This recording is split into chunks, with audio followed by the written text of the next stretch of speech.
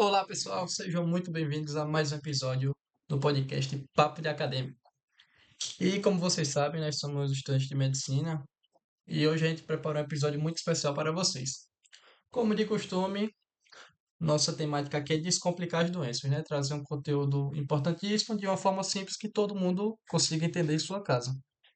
E o tema de hoje a gente trouxe sobre o tão querido vape, que no caso é a doença EVALI, que a sigla ela é do inglês, que vai significar lesão pulmonar associada ao uso de cigarro eletrônico. E comigo na mesa estão meus colegas, Avani, Pedro, Alexei e Moroni. Então, para começar, o que é a EVALI e como que ela vai começar a dar os primeiros sinais, Moroni? Olá a todos os ouvintes. Então, João, para quem nunca ouviu falar dessa doença, a EVALI, ela é aquela doença que surgiu junto com a febre dos famosos vapes ou pods, ou cigarro eletrônico, né, como vem saído na mídia nos últimos tempos. Ao contrário do cigarro tradicional, que demora décadas para destruir o pulmão, a EVALI, ela aconteceu de uma forma mais rápida e quase sempre acometendo adolescentes e jovens abaixo dos 35 anos, que antes eram completamente saudáveis. Esses pacientes, né, geralmente jovens, começam a apresentar sinais que parecem uma gripe forte que não passa. É uma falta de ar que vai piorando rápido, geralmente acompanhada de uma tosse seca e um cansaço desproporcional. Esse ponto que você trouxe, Moroni, ele é ótimo, porque às vezes a pessoa acha que ficar cansada ou tossir depois de usar o vape é só uma reação boba ao fumo, né? Só que na verdade já pode ser o pulmão dando os primeiros sinais de sofrimento. E quando a gente fala de fisicamente, o que é que a gente vai observar nesse paciente? Muitas vezes esse jovem vai chegar a respirar muito rápido, com a frequência cardíaca lá no alto, e quando a gente aferir com o oxímetro a oxigenação dele, vai ser baixo. Uma coisa curiosa é que o pulmão está sofrendo de uma agressão química direta, porque os dispositivos hoje mudaram muito, né? Hoje as pessoas usam líquidos de fontes duvidosas, abrem os aparelhos e misturam essências com óleos de THC, criando um verdadeiro laboratório caseiro e perigoso. Não é isso, Pedro? Perfeito, João Vitor. Gostaria primeiramente de mandar um grande abraço para todo mundo aí que está nos ouvindo de casa. Então, João, é importante destacar, né, a diferença entre o vape e o cigarro comum, certo?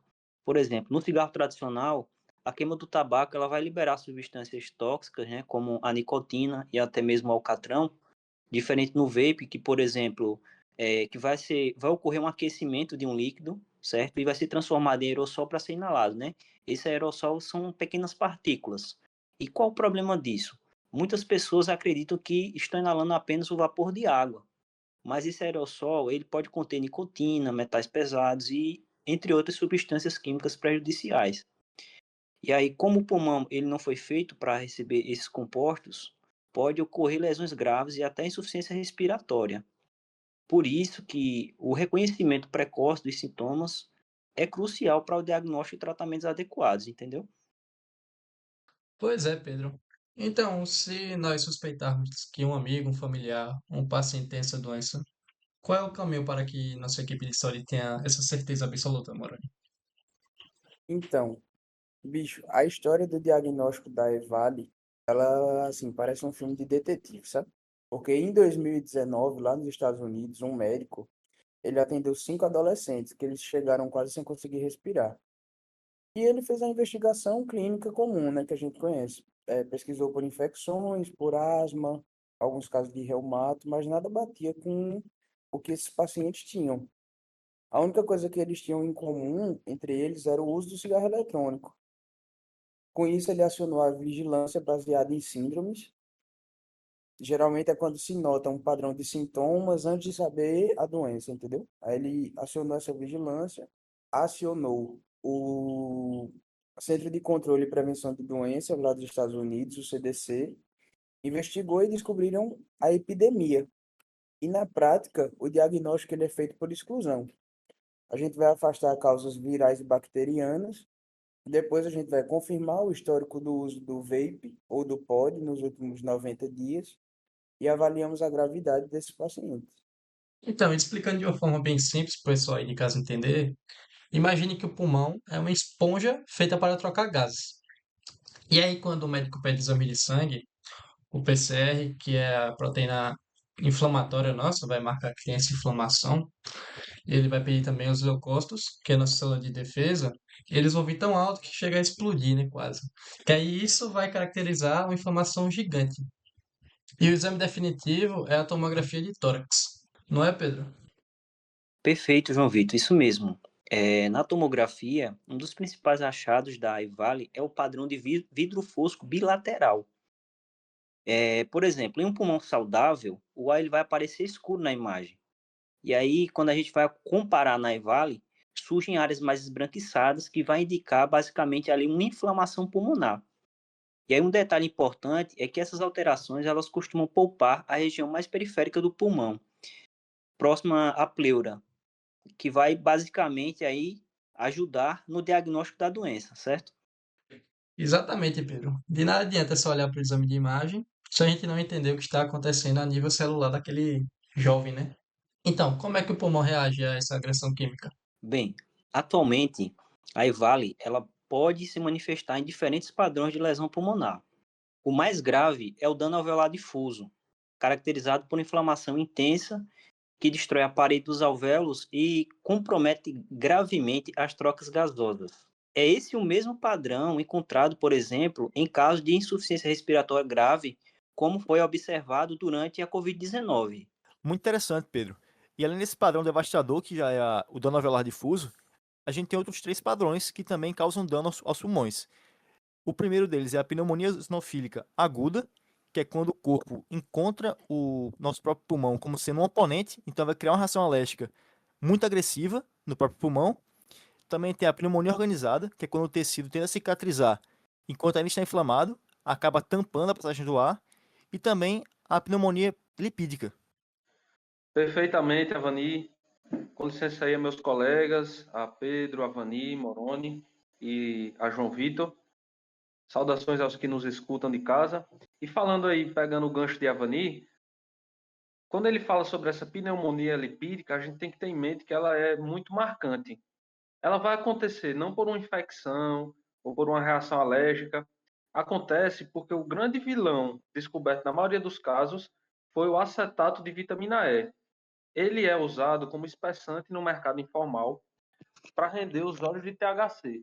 A vitamina E, quando ingerida via oral, no alimento, numa cápsula, é ótima. Mas quando ela é vaporizada, ela vai virar uma gordura, acabando ali por congestionar e lesar o pulmão do nosso paciente.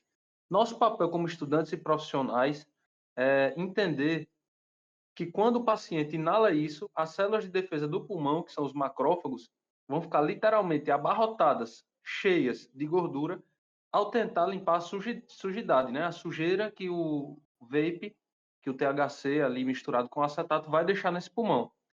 Elas não vão conseguir fazer essa limpeza, morrem e, decorrente disso, vão disparar uma inflamação que é desesperante. Com certeza, Alex, aí. E quando a gente fala em tratar a EVALI, a primeira coisa que muita gente pensa é que existe algum antídoto. Avani, explica aí pra gente como é que funciona essa parte de tratamento. João, na verdade, não existe um remédio milagroso que limpa o vape do pulmão. Esse tratamento que é feito atualmente é de suporte e para controlar a inflamação desse paciente. Como no começo dos sintomas, o quadro parece muito com a pneumonia bacteriana ou de uma influenza, o protocolo que se preza inicialmente é dar suporte de oxigênio e entrar com antibiótico nas primeiras 48 horas, enquanto saem os exames virais. Aí depois que descarta essa infecção, é confirmado o uso do cigarro eletrônico também com o paciente, essa verificação com ele. O que a gente vai ter como divisor de águas é a corticoterapia, que vai entrar em doses altas com esse paciente para tratar e agir como extintor de incêndio, para travar essa resposta inicial e limitar possíveis danos futuros. É isso aí, Avani. E outra coisa importante é a gente saber o momento certo de agir. Esse paciente vai precisar ser monitorado de perto, porque a piora dele vai ser muito rápida e vai exigir uma intervenção, né, com um catéter de oxigênio ou até uma ventilação mecânica se o pulmão dele chegar a falhar. Exatamente, Alexei. Nesse caso, para quem está ouvindo a gente aqui aí de casa, da área da saúde ou não, Essa informação é muito importante que eu vou dizer agora. A gente tem que quebrar esse mito quanto ao cigarro eletrônico. Aquela frase que geralmente dizem, uso vape para me ajudar a parar de fumar. Mas, na realidade, o dano que causa é tão semelhante ou pior quanto. Não é à toa que a Sociedade Europeia de Pneumologia já provou que isso é uma mentira, não é menos danoso que o cigarro normal. E os estudos também mostram que as pessoas não se livram do vício, apenas trocam uma dependência pela outra. E no final de tudo, continuam presas aos vapes. E também tem um fator regulatório, né, gente, que é um argumento definitivo. No Brasil, qualquer cigarro eletrônico ele é totalmente proibido pela Anvisa, que é a nossa Agência Nacional de Vigilância em Saúde. Então, vai significar que absolutamente tudo que é vendido aí nas ruas, nas festas, é fruto do contrabando, com nenhum controle de qualidade sobre o que está sendo inalado. O utilizador, ou o paciente que faz o uso, né, não tem a menor ideia da substância química, solvente, metais que o fabricante chegou a colocar naquele líquido. Então é como jogar roleta russa com a própria saúde, com o próprio fôlego, entendeu? Então, agora vamos falar sobre aquele momento em que o paciente chega ao pronto-socorro e a história pode confundir muito a cabeça da equipe médica. Alexei, qual é o grande pulo do gato na triagem da Evale?